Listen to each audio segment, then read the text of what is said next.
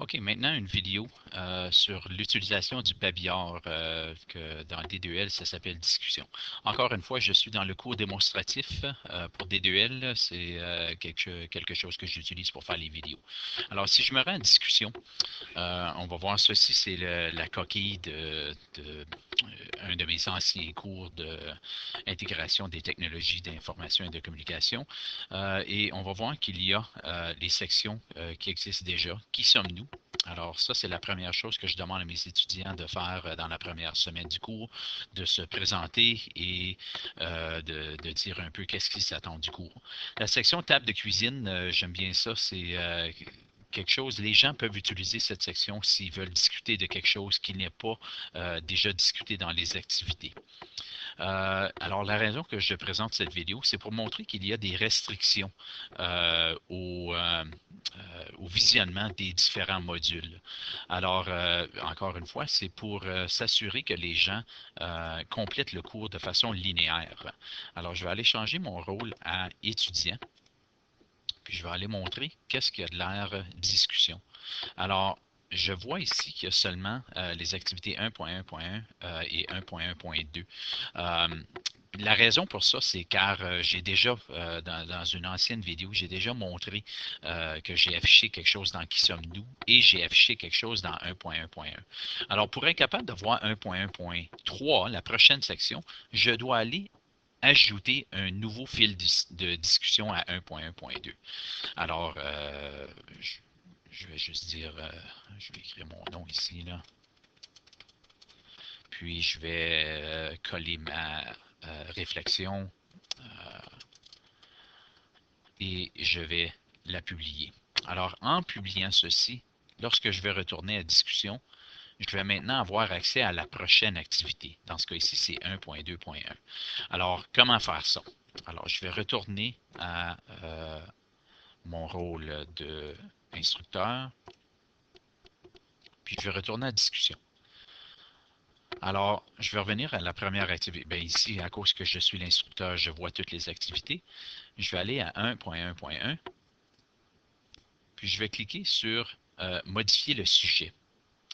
En cliquant sur modifier le sujet, je peux changer le titre, toutes sortes de choses que je peux faire, mais qu'est-ce qui est important ici, c'est la restriction. Alors ici, on va voir que ça dit inclure 0 article. Puis ça, pour quelque raison, c'est un glitch dans D2L. Ça veut dire qu'il faut inclure un article dans la section générale Qui sommes-nous? Alors, disons qu'il y a une condition comme ça, on peut la supprimer tout simplement en cliquant sur le X et ensuite sur Enregistrer et fermer. Lorsque je vais retourner ici, on va voir que l'icône qui dit que ça présente des conditions, l'icône est partie. Alors, les élèves vont pouvoir voir 1.1.1 sans avoir affiché leur introduction dans Qui sommes-nous. Alors maintenant, je vais aller la remettre pour montrer comment est-ce qu'on peut ajouter des restrictions.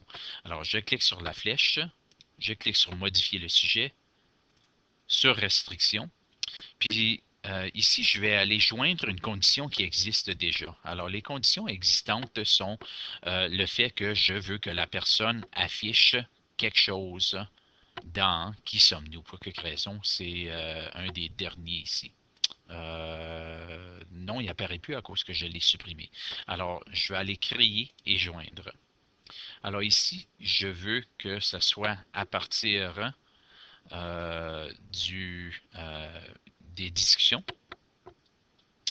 Puis, dans discussion, voyons, ici, je veux que la personne ait publié quelque chose dans Qui sommes-nous?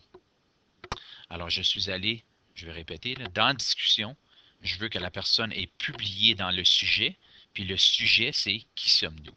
Alors, je vais créer.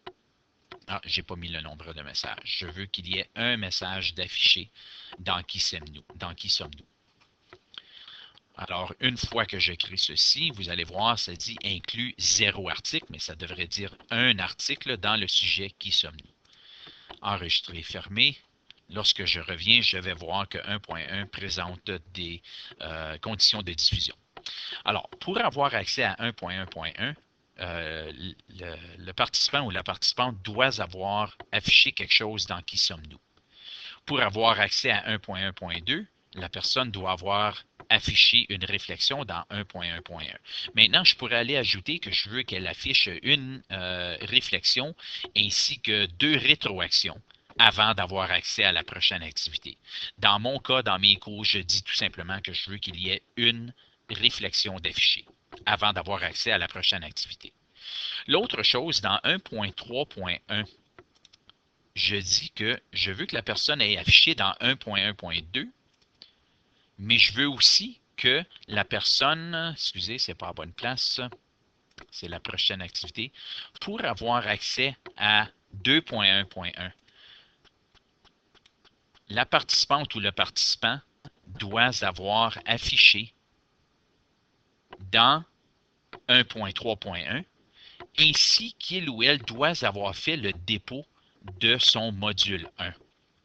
Puis dans une prochaine vidéo, je vais parler du casier de dépôt, comment est-ce que je vais exiger les gens d'afficher et d'envoyer un seul fichier compressé, soit en format zip ou en format RAR. Donc, la personne, pour avoir accès à 2.1.1, doit avoir affiché sa réflexion dans 1.3.1 et doit avoir fait la soumission du module 1. Ça, c'est la même chose pour les autres modules aussi. Alors, si je retourne à discussion, pour avoir accès à 3.1.1, je vais aller modifier le sujet, à restriction, puis je vais voir, la personne doit avoir affiché son travail du module 2 et doit avoir affiché sa réflexion à la dernière activité du babillard.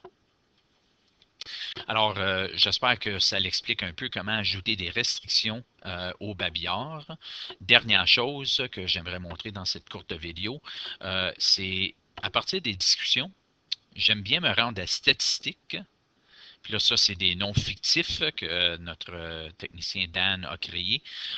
Puis ça montre le montant de fil de discussion que cette participante a affiché, ainsi que le nombre de réponses qu'elle a affichées, puis aussi le nombre de messages sur le babillard qu'elle a lu.